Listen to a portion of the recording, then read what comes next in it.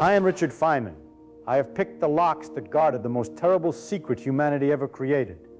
I have stood in the desert and watched the sky turn white with the fire of 1,000 suns. I have played bongo drums in the streets of Rio while Nobel Prize winners asked for my autograph. I have drawn naked women under a false name and sold my art to people who never knew I could calculate the motion of electrons in my sleep. I have cracked safes containing atomic secrets, not to steal them, but to prove that the people guarding them were fools. I have fallen in love with a woman who was dying before I ever kissed her. I have held a piece of rubber in a glass of ice water and brought $1 billion space program to its knees. I have taught myself to draw at 44, to play samba in Brazil, to read Mayan hieroglyphs, to crack any safe ever made. I am Richard Feynman, and I am here to tell you that everything you think you know about genius is wrong.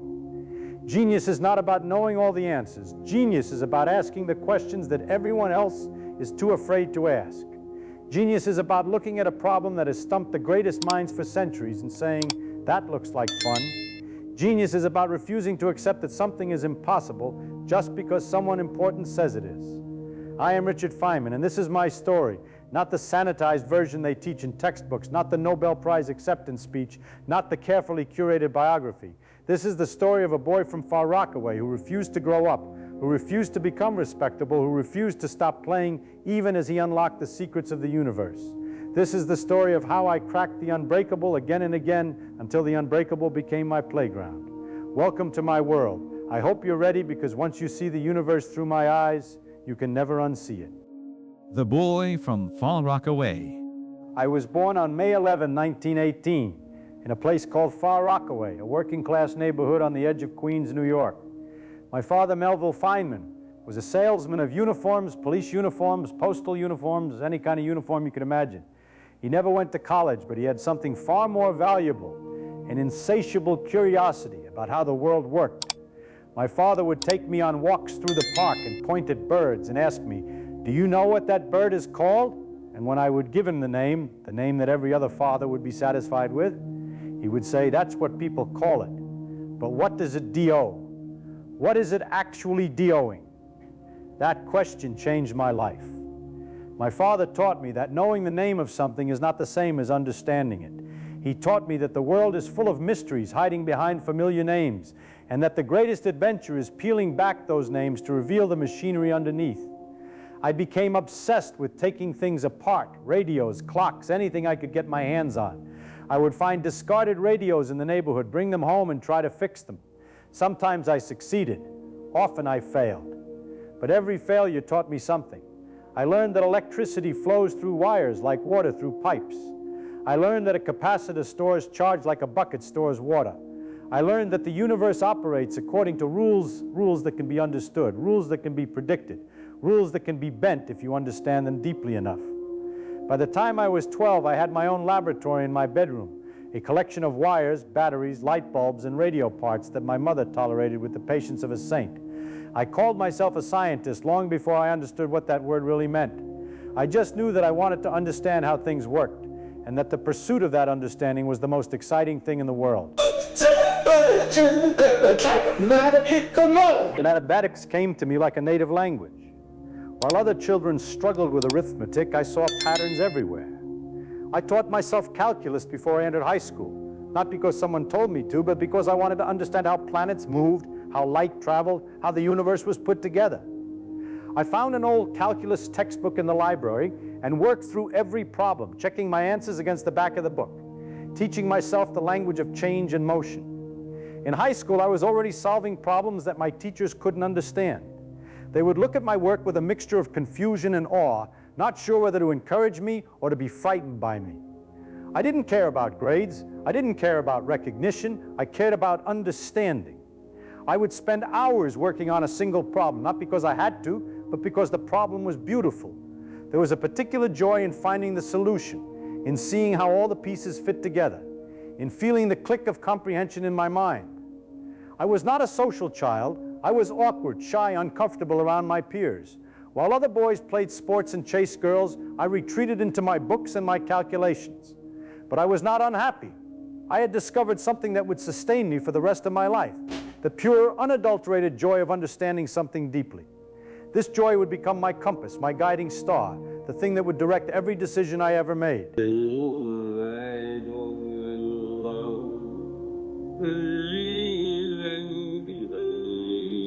Then I met her, Arline Greenbaum. She was beautiful in a way that had nothing to do with conventional standards of beauty. She had dark hair, bright eyes, and a laugh that could fill a room. We met at a dance when I was still a teenager, and I knew immediately that she was different from anyone I had ever met. Arline loved art and music and philosophy, the things I had always dismissed as unscientific. She challenged me. She argued with me. She made me see that there was more to life than equations and experiments. We fell in love slowly, then all at once. By our junior year of high school, I knew I wanted to marry her. But fate had other plans. During our engagement, Arline began to suffer from mysterious symptoms, fevers, pain, lumps that appeared and disappeared. The doctors were baffled. First, they thought it was cancer, then they discovered the truth. Lymphatic tuberculosis, contracted possibly from unpasteurized milk. The diagnosis was a death sentence. In 1941, the doctors told her she had 2 years to live, maybe less. My parents were horrified. My mother said our marriage should be illegal. Everyone told me to walk away, to save myself, to protect my future, but I had already made my choice. I loved Arline not despite her illness, but because of who she was, a vibrant, passionate, extraordinary woman who made me want to be better than I was. We married in a civil ceremony on Staten Island in 1942. There were no guests, no celebration. I couldn't even kiss her because of the risk of infection. After the ceremony, I drove her straight to Deborah Hospital in New Jersey, where she would spend the rest of her short life. Every weekend, without fail, I visited her. I would take the train from Princeton, where I was a graduate student, and spend precious hours by her bedside. We talked about everything, our dreams, our fears, our hopes for a future we both knew we would never have. Arline was my equal in every way. She was my idea woman, the person who inspired my wildest thoughts and my most ambitious dreams. Her illness taught me something that would shape my entire philosophy of life. Time is precious, and you must never waste a single moment of it. Hey, Quinn Satan and the great minds. I arrived at Princeton in the fall of 1939, a working-class Jewish boy from Queens, entering one of the most patrician institutions in America. I was terrified. Princeton was everything I was not: refined, elegant, steeped in tradition. On my first day, I was invited to tea with the dean of the graduate school. As I stood there in my ill-fitting suit, the dean's wife asked me, "Would you like cream or lemon in your tea, sir?" In my nervousness, I blurted out, "Both, please." She looked at me with a mixture of shock and amusement. "Surely you're joking, Mr. Feynman," she exclaimed. I wanted to disappear. But that moment taught me something important. I would never fit in with these people, and I should stop trying. I became aggressively unrefined, deliberately crude, determined to prove that manners and culture were no substitute for genuine intelligence. And then something extraordinary happened. My first seminar at Princeton, delivered in 1939, was attended by Albert Einstein, Wolfgang Pauli, and John von Neumann, the greatest minds in physics, sitting in a small room to hear what a 21-year-old graduate student had to say. I was terrified, but I was also prepared. I had worked on a problem related to Dirac's theory of the electron, and I had found something interesting. I presented my work, and to my astonishment, they listened. They asked questions. They took me seriously. After the seminar, Einstein invited me to his office to discuss my ideas further. I walked out of that meeting floating on air. These giants of physics had treated me as an equal, not because of my pedigree or my connections, but because of the quality of my thinking. That was the Princeton I would remember. Not the tea parties and the formalities, but the pure electric joy of intellectual exchange with people who cared about ideas more than appearances. The Manhattan Project Los Alamos. In 1943, I received a summons that would change everything. J. Robert Oppenheimer, the director of the Manhattan Project, wanted me at Los Alamos. The project was simple in its ambition and terrifying in its implications. Build an atomic bomb before Nazi Germany could build one. I was 24 years old, barely out of graduate school, and I was being asked to help create a weapon that could end civilization. I hesitated. I thought about Arline dying in her hospital bed in New Mexico. I thought about the moral weight of what we were being asked to do. But in the end, the decision was simple. If Nazi Germany developed the atomic bomb first, the world would be enslaved. We had to win the race. Oppenheimer arranged for Arline to be moved to a sanatorium in Albuquerque, just 100 miles from Los Alamos. Every weekend I would make the drive to see her, sometimes borrowing cars from colleagues, sometimes hitchhiking if the car broke down. The work at Los Alamos was intense, all-consuming, and absolutely fascinating. I was surrounded by the greatest scientific minds of the century: Enrico Fermi, Niels Bohr, Hans Bethe, John von Neumann. We worked 16-hour days, 7 days a week, driven by a sense of urgency that bordered on mania. The theoretical problems were exquisite: how to calculate the critical mass of uranium, how to design the implosion mechanism, how to predict the yield of the bomb. I threw myself into the work with everything I had, not because I loved weapons, but because I loved puzzles. And these were the hardest puzzles anyone had ever attempted to solve.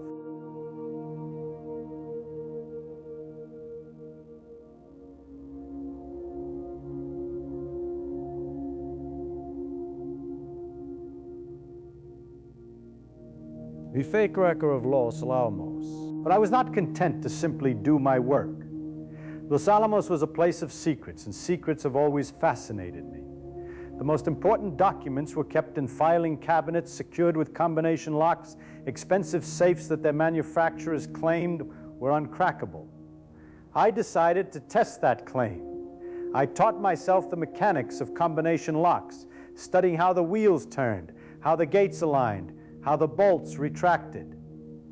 I discovered that the locks were not nearly as secure as their manufacturers claimed. The tolerances were loose. The combinations could be deduced by listening to the clicks, by feeling the resistance, by understanding the physics of the mechanism. I started practicing on every safe I could find. At first, I just opened them and left them open, a silent testament to their vulnerability. Then I got bolder. I would open a safe, take out its most secret documents, and leave a note inside. Guess who or I could have stolen this? The security officers were furious. They launched investigations. They suspected spies. They never suspected the young theoretical physicist who worked on neutron diffusion equations. When they finally upgraded to more secure safes, I cracked those too. I discovered that many of my colleagues had never bothered to change the factory default combinations. 1 in 5 of the world's most brilliant scientists working on the most secret project in history had left their safes set to the manufacturer's default. I could open them in minutes. It was a game to me, a way to relieve the tension, to prove that I was smarter than the system, to remind everyone that security theater is not the same as actual security.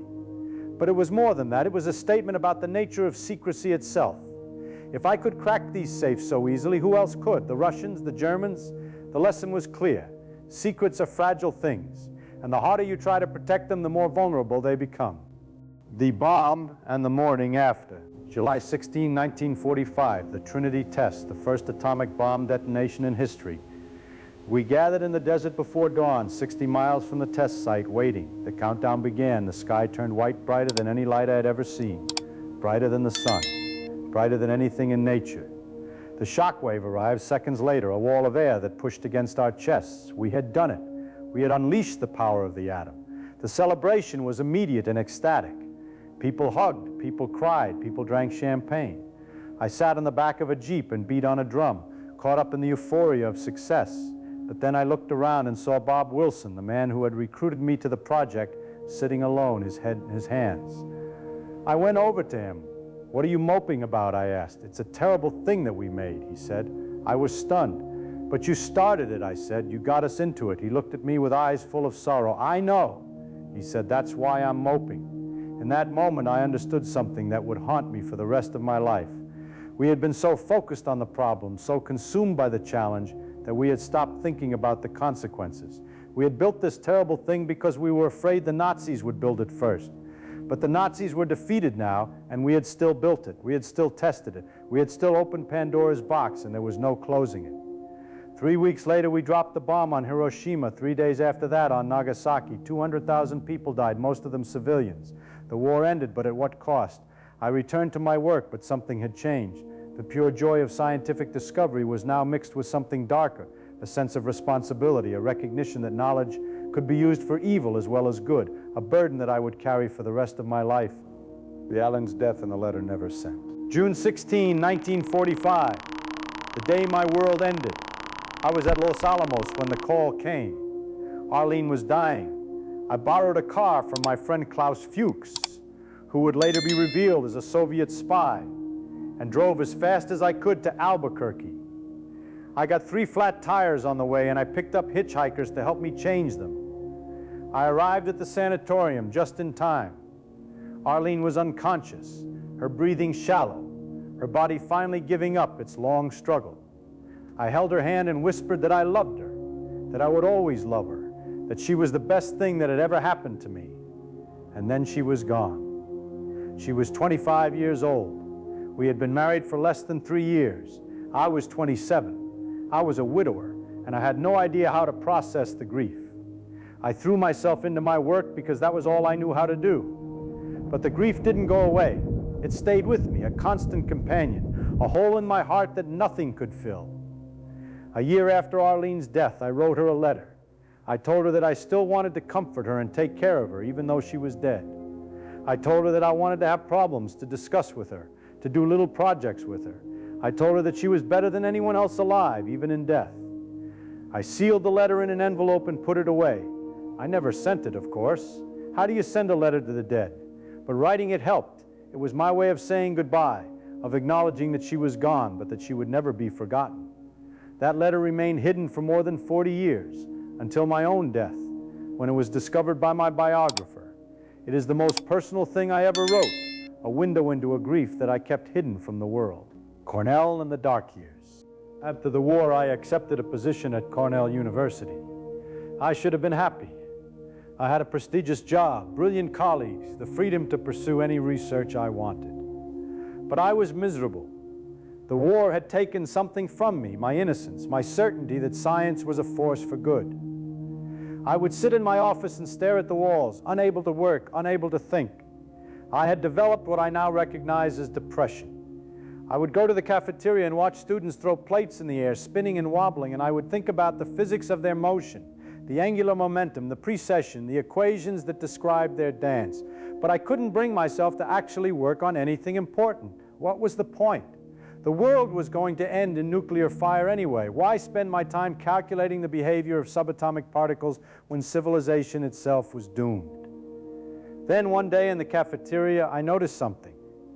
A student had thrown a plate, and the blue Cornell medallion on it seemed to spin at a different rate than the wobble of the plate itself. I was intrigued. It was a simple problem, completely useless, absolutely unimportant. But it was interesting. I started working on it in my head, calculating the relationship between the spin and the wobble, deriving the equations that described the motion. When I had the solution, I took it to my friend Hans Bethe. "What's it good for?" he asked. "Absolutely nothing," I said, "but isn't it amazing? That was the moment I remembered why I had become a physicist in the first place, not to save the world, not to win prizes, but because physics was fun, because understanding how the universe worked was its own reward." I decided then and there that I would only work on things that interested me, things that gave me joy, things that made me want to get out of bed in the morning. That decision saved my life. The Feynman diagrams, a new way of seeing. The late 1940s were a time of crisis in physics.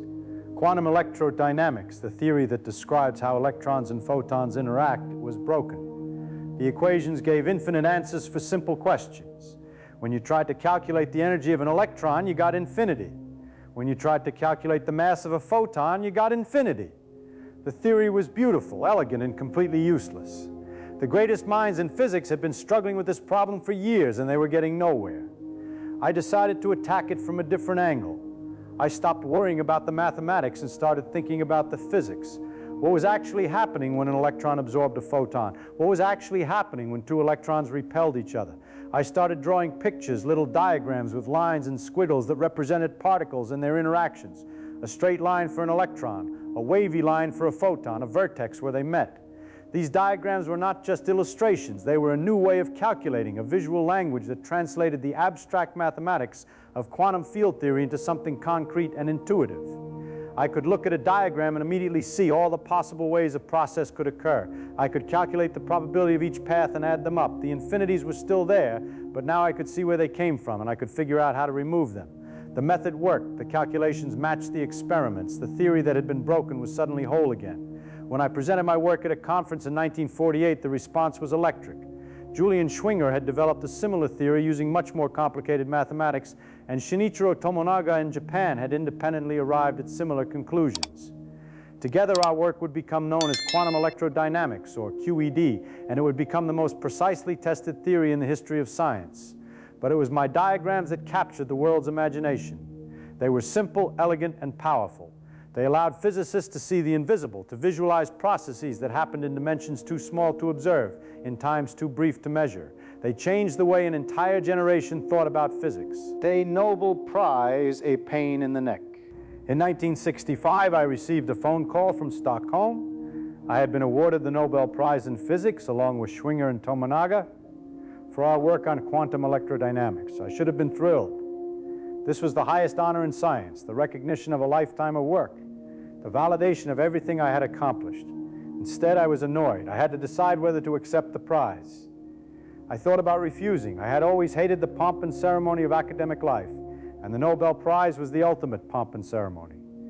I called my friend Hans Bethe and asked his advice. Richard, he said, if you refuse the prize, it will get more attention than if you accept it. Just take it and be done with it. So I accepted. But I made it clear that I was not happy about it. I called the Nobel Prize a pain in the neck. I complained about the ceremonies, the speeches, the endless handshaking. I told reporters that I didn't think my work was worth a prize, that I had just been having fun, that anyone could have done what I did if they had been playing with the same ideas. This was not false modesty. I genuinely believed it. The joy was in the doing, not in the recognition. The prize money, my share, was about $18,000. It was nice, I suppose. I used it to buy a beach house in Baja California, a place where I could escape the demands of academic life and just be myself. But the prize itself, a distraction, an interruption, a reminder that the world cared more about medals and ceremonies than about the actual work of understanding the universe. I went to Stockholm, I gave my acceptance speech, I smiled for the cameras. But inside I was already thinking about the next problem, the next puzzle, the next thing that would actually be fun to work on. Feynman Lectures. In 1950, I moved to the California Institute of Technology, and I would remain there for the rest of my career. Caltech was different from anywhere I had ever taught. The students were brilliant, ambitious, and hungry for knowledge. They asked questions that challenged me, that forced me to think more deeply about things I thought I already understood. I loved teaching at Caltech. I loved the energy of the students, the excitement of exploring ideas together, the satisfaction of seeing someone understand something for the first time.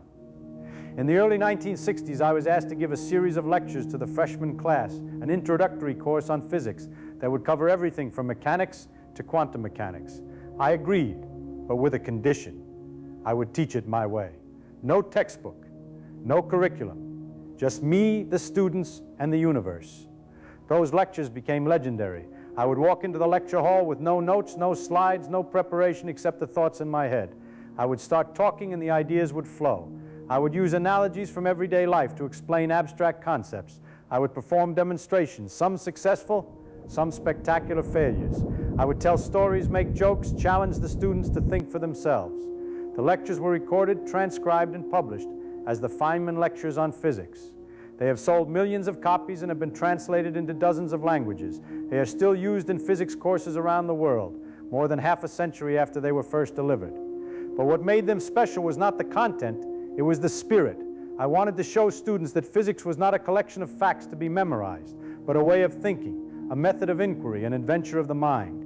I wanted them to see the beauty in the laws of nature, the elegance in the equations, the wonder in the everyday world. I wanted them to fall in love with physics the way I had fallen in love with it, not because they had to, but because they couldn't help themselves.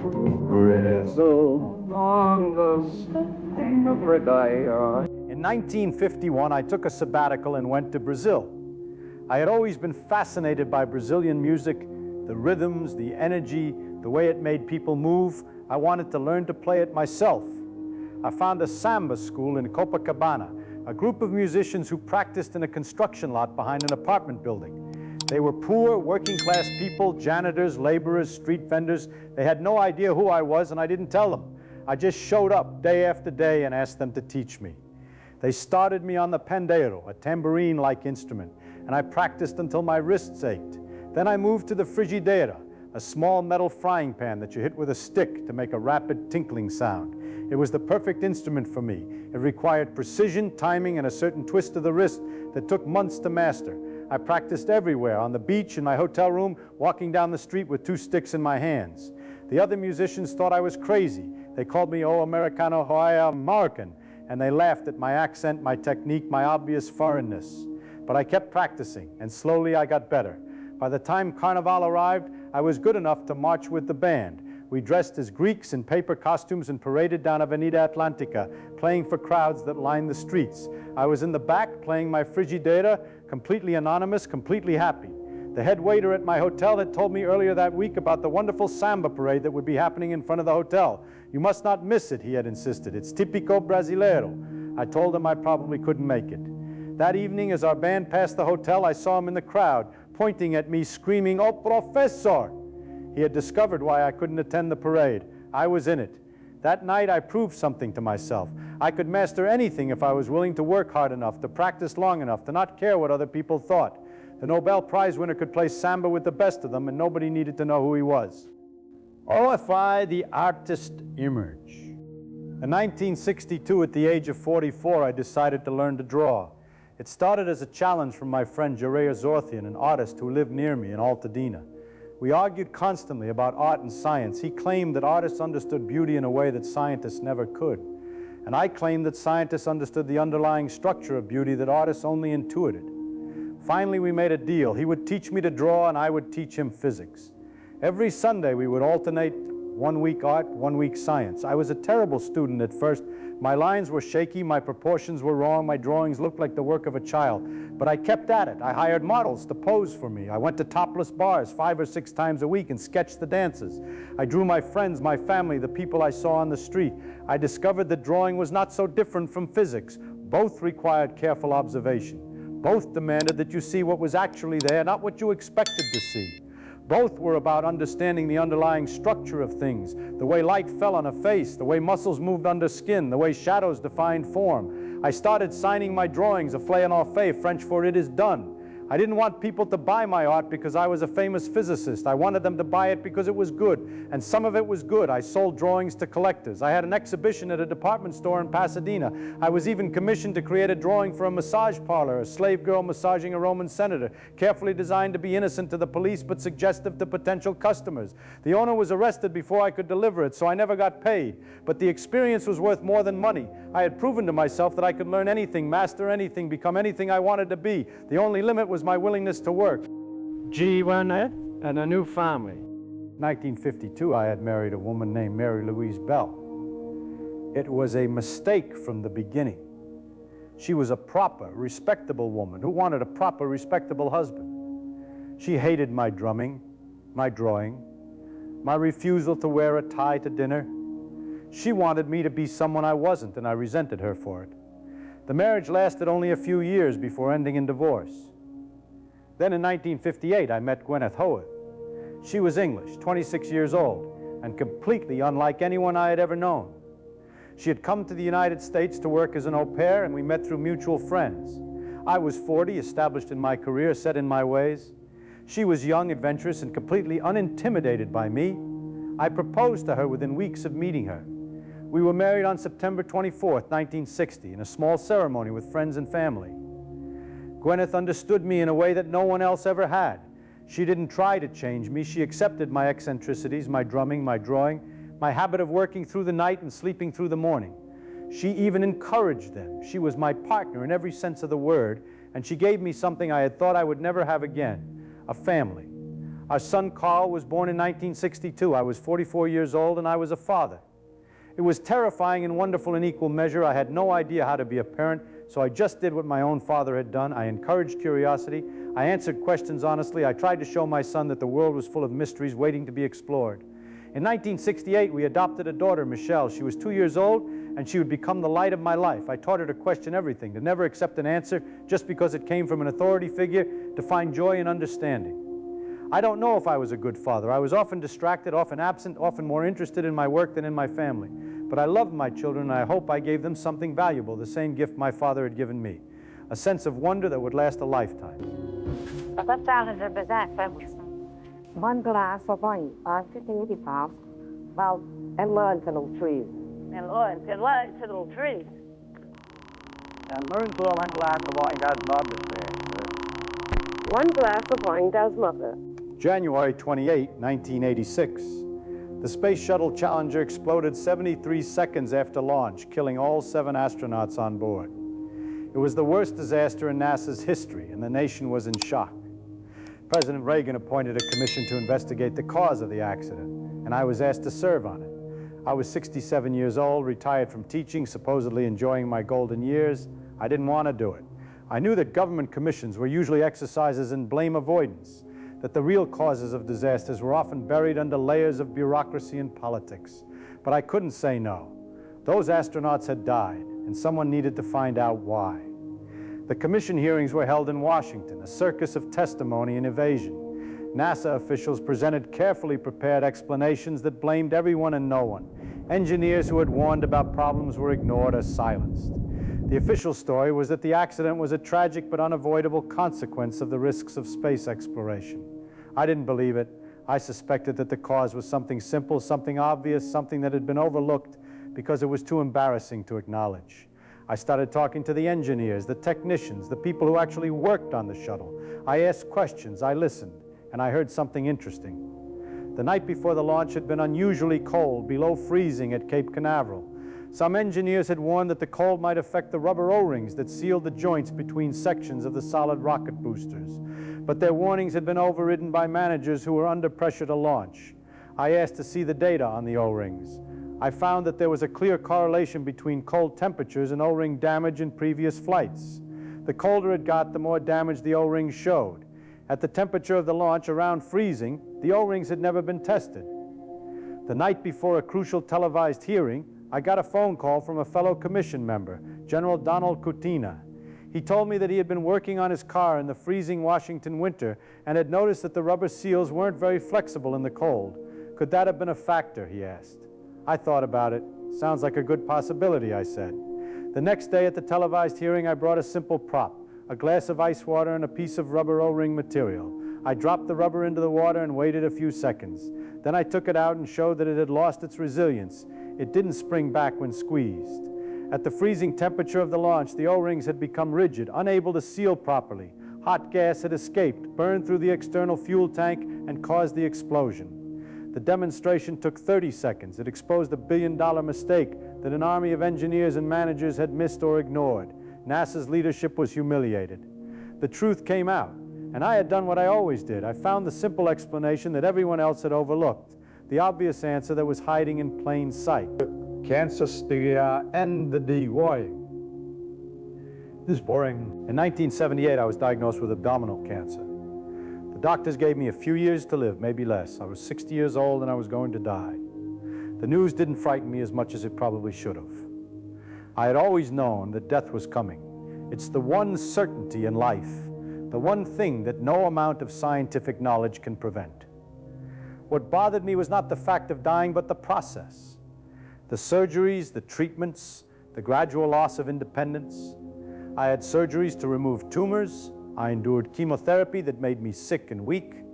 I spent more time in hospitals than I ever wanted to. But through it all, I tried to maintain my sense of humor, my curiosity, my refusal to take anything too seriously. I continued to work when I could, to think about physics, to explore new ideas. I gave lectures, wrote papers, played with my grandchildren.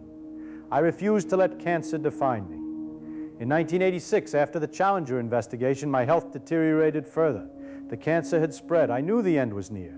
My last words, spoken to my friend and biographer, were, "This dying is boring." It was a classic Feynman line, irreverent, understated, refusing to grant death the dignity that it demanded.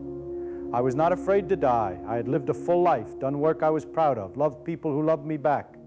I had cracked the unbreakable, played the bongos, drawn naked women, and taught millions of students to see the beauty in physics. What more could anyone ask for? On February 15, 1988, I passed away at the age of 69.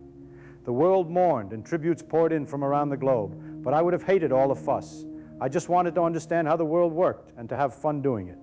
In that, I succeeded beyond my wildest dreams. The legacy, what I left behind. What is my legacy? The Feynman diagrams are still used in physics classrooms around the world. The Feynman Lectures on physics are still read by students who want to understand not just the facts of physics, but the spirit of it. The Feynman technique explaining complex ideas in simple terms is taught in schools and businesses as a method of learning and communication. But my real legacy is not any of these things. My real legacy is the example I set, the demonstration that you can be a serious scientist without taking yourself seriously, that you can pursue knowledge with passion without losing your sense of wonder, that you can be brilliant and still be kind, curious, and humble. I showed that genius is not about being right all the time. It's about being willing to be wrong, to admit your mistakes, to learn from them. It's about asking questions that everyone else is too afraid to ask, about looking at problems from angles that everyone else has overlooked, about refusing to accept that something is impossible just because it hasn't been done before. I showed that the pursuit of knowledge is not a solemn duty, but a joyful adventure, that the universe is not a cold, mechanical place, but a source of endless wonder and delight. I hope that the students who read my lectures, the physicists who use my diagrams, the people who hear my stories will take away something more than just physics.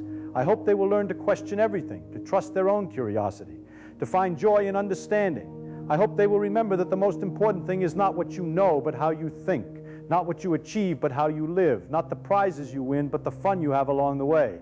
The final word, be curious. If I could leave you with one piece of advice, it would be this: be curious. Never stop asking questions. Never accept an answer just because it comes from an authority figure. Never be afraid to say, I don't know, or I was wrong. The world is full of mysteries waiting to be explored, puzzles waiting to be solved, wonders waiting to be discovered. You don't need to be a genius to appreciate them. You just need to be curious, to be willing to look, to be brave enough to ask the questions that everyone else is too timid to ask. I was lucky. I found my passion early, and I had the opportunity to pursue it for my entire life. Not everyone is so fortunate, but everyone can cultivate curiosity. Everyone can learn to see the world with fresh eyes, to find beauty in the ordinary, to be amazed by the complexity of a flower, the elegance of an equation, the rhythm of a drum. I am Richard Feynman, and I have told you my story, the story of a boy from Far Rockaway who refused to grow up, who spent his life playing with the most profound ideas in the universe, who cracked the unbreakable again and again because it was fun. I don't know if there's an afterlife. I don't know if I'll ever see Arline again, if I'll get to tell her all the things I never got to say, if I'll get to ask her the questions that have haunted me for half a century. But I do know this: the universe is vast, mysterious, and beautiful beyond comprehension. And the greatest adventure any of us can have is to try to understand it, even just a little bit, before our time runs out. So go, explore, question, play, crack the unbreakable, and remember, what one fool can do, another can. I was that fool. You can be too. The universe is waiting.